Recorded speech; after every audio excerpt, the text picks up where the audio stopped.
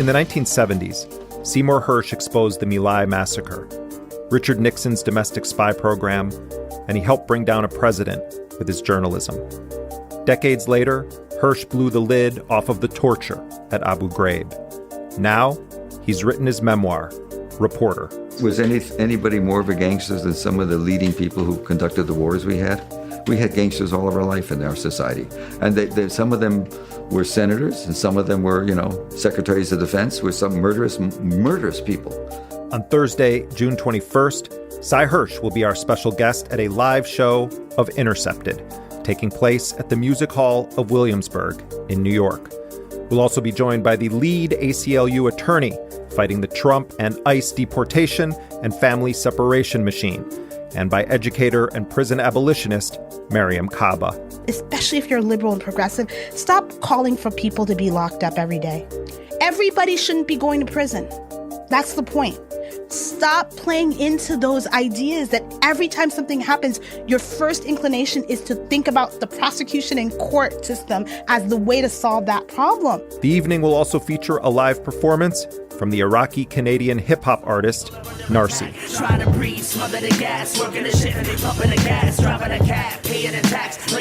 Intercepted Live, Thursday, June 21st at 7 p.m.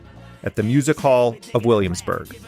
For tickets, log on to theintercept.com/tickets. That's theintercept.com/tickets. I don't even think my country loved me back.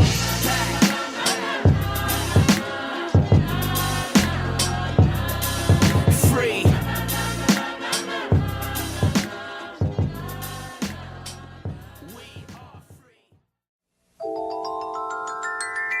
I think within the first minute, I'll know. Just my touch, my feel. That's what I do. The way they say that if you're going to like somebody in the first 5 seconds. You ever hear that one? Something good is going to happen. All right, Charlie. Neighborhood of make-believe. It's my honor today to address the people of the world following this very historic summit with Chairman Kim Jong-un of North Korea. If you can do something with angry feelings, then you don't have to feel so angry anymore. Rocket Man is on a suicide mission for himself and for his regime. There are many healthy things you can do with your anger, things that don't hurt anybody. We will have no choice but to totally destroy North Korea. Let's have some make-believe now. Be nice. Be respectful. I don't want to be threatening. Getting to be friends is like building bridges. We had a great conversation. It was a very heartfelt conversation. I did it because nuclear is always number one to me. Nuclear is number one. Some people think that friends are always happy. That's what I do. My whole life has been deals. I've done great at it. Always having fun. We call them war games, and I call them war games, and they're tremendously expensive. We fly in bombers from Guam. I know a lot about airplanes. Well, that's not true. Friends often have hard times and sad times. I haven't slept in 25 hours, but I may be wrong. I may stand before you in 6 months and say, hey.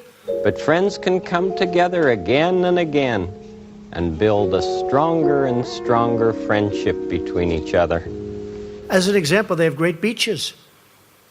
You see that whenever they're exploding their cannons into the ocean, right? They really enjoyed it, I believe, okay? So I'm going to head back. I don't know about you folks, but it's been a long time since I've taken it easy. Please won't you be my neighbor? You never know, right? We never know.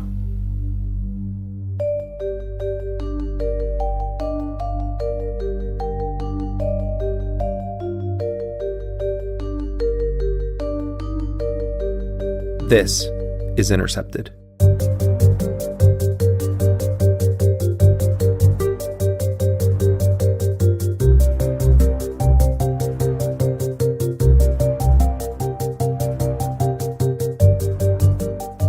I'm Jeremy Scahill, coming to you from the offices of The Intercept in New York City, and this is episode 60 of Intercepted.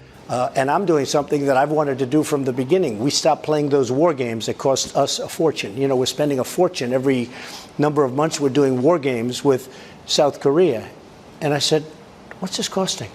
We're flying planes in from Guam and we're bombing empty mountains for practice. And I said, I want to stop that and I will stop that. And I think it's very provocative, especially, George, since we're getting along. In other words, we're in the process. The bipartisan war party is in panic mode. The longest continuous war on the planet, the Korean War, may be on the path to ending.